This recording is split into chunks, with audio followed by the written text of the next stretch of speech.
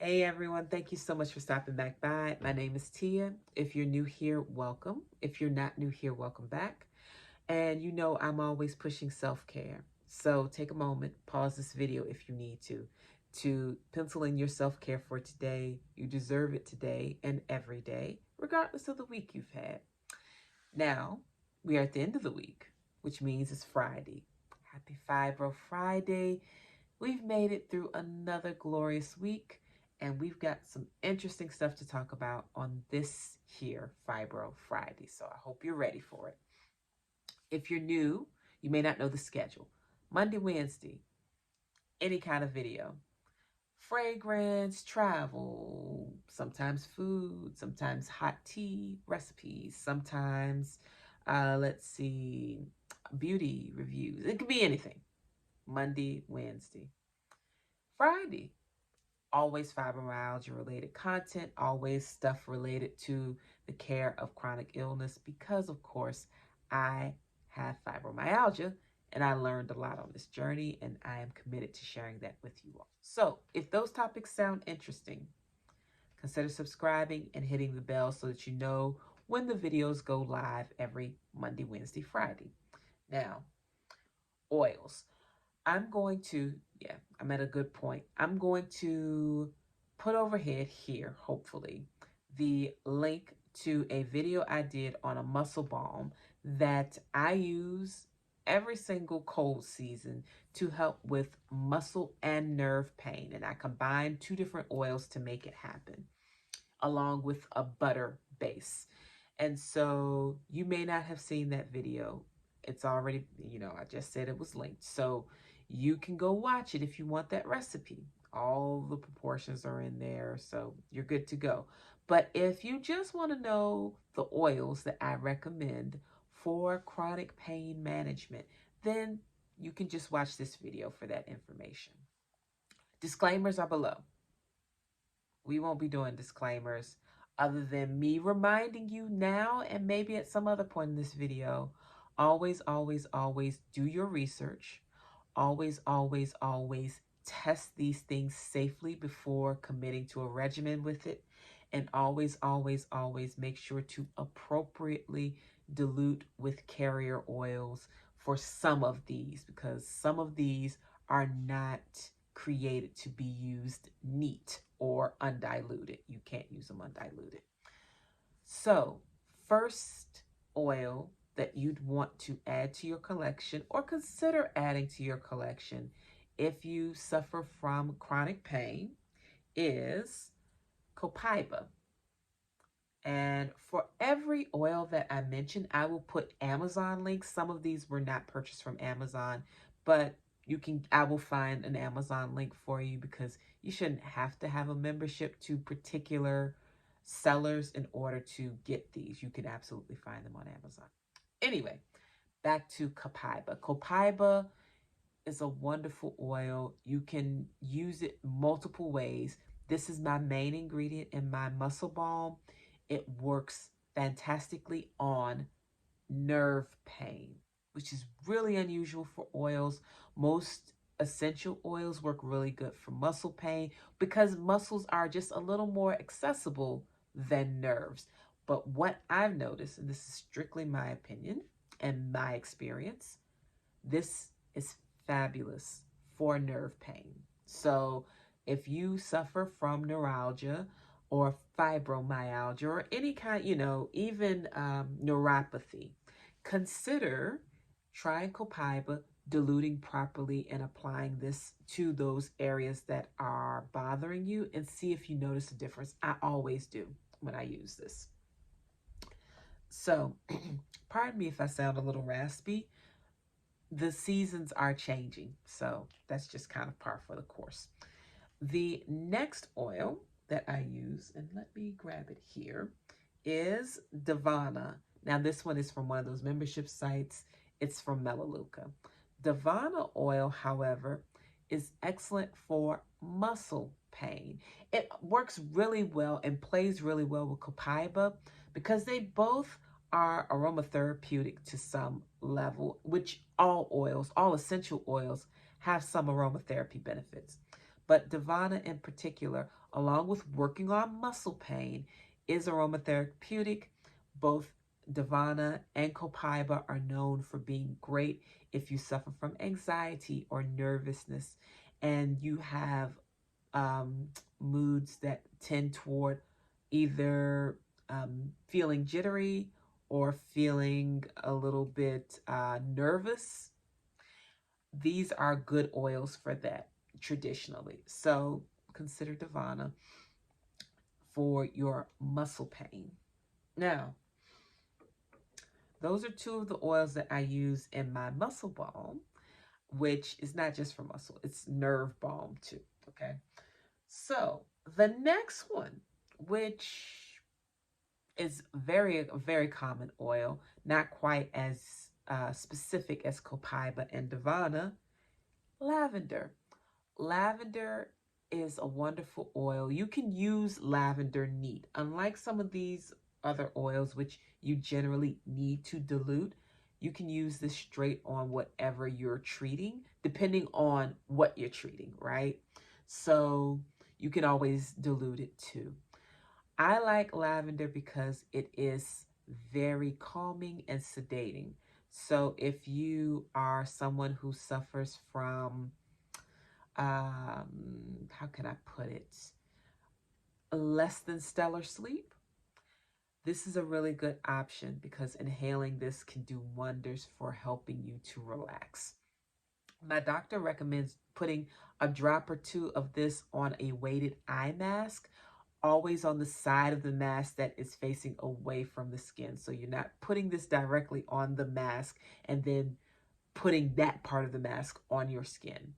Though you can use it neat and undiluted, you don't want to do that overnight, especially in that way. Put a couple of drops on the part of the mask facing outward. And I'll put the link to my mask video somewhere, right? So, lavender, wonderfully sedating, great smell overall, but really good for helping with sleep. You can put this on your mask after having a cup of tea, herbal tea that might have a little bit of lavender in it. It'll knock you out. Okay. So we've gone over 3 oils so far: copaiba, Divana, and lavender. Brain fog. I'll get it together. The next oil is an unexpected one, also from Melaleuca. Again, the links to other options will be below. Clove. Now, clove is recommended to be diluted. But if you've ever watched an old TV show, or if you're someone over the age of 45 or 50, you may have heard of clove oil being used for toothaches. Okay, it's excellent pain reliever.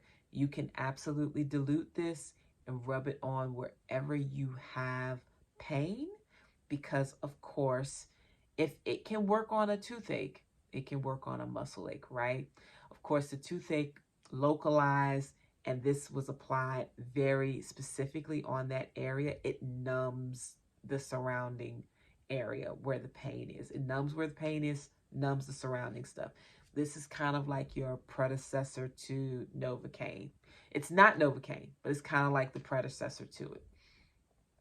You can dilute it, apply it wherever you're hurting or sore or tight, and this can be wonderful for giving you some pain relief. So that is clove oil. I've used a little bit of it for pain here and there. It's effective.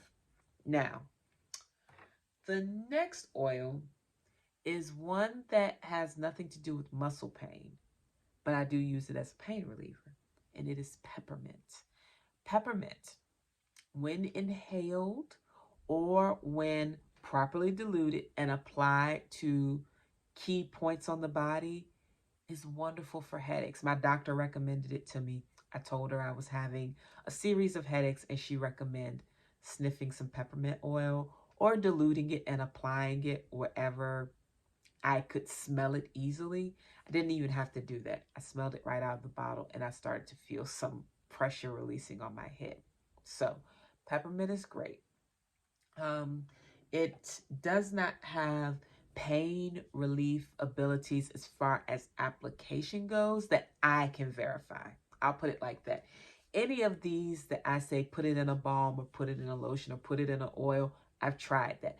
I've never added peppermint to a topical product for the sake of pain relief. So take that with, take that as it is. I was going to say with a grain of salt. Yeah, there's no other way to take it but other than I haven't applied that to my skin in that way as a muscle reliever or a nerve pain reliever.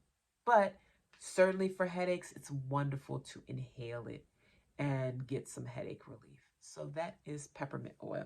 I'm throwing in an extra because many people who suffer from chronic illness of any kind, fibromyalgia or any other chronic illness, will often find themselves affected by depression. Depression is not just a bad mood, it is a chemical imbalance. And you better believe if your body is going haywire in other ways, yeah, you probably have some chemical imbalances as well. So you may suffer from major depressive disorder. You may have mild depression, or you may have seasonal affective disorder, which is a little more conditional, but just as devastating if you're trying to make your way through it. If you're experiencing any of this, consider adding orange into your essential oil rotation. Again, this one is from Melaleuca. You do not have to buy Melaleuca. Orange oil has a notoriously short shelf life. Not that it expires, but the scent loses its potency after about 6 months.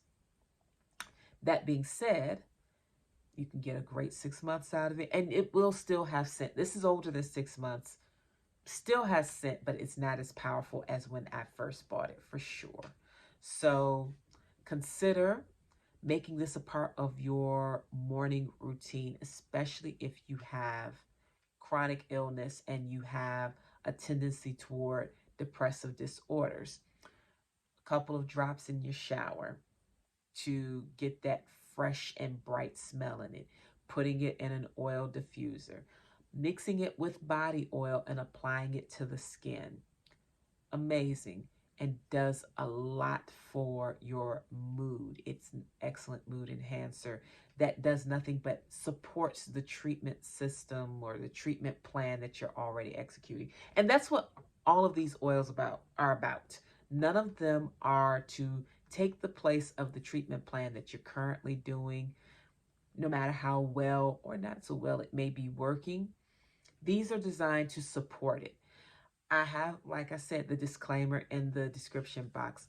This is not medical advice. I'm not telling you exactly how to apply it. You will have to do some of that research yourself.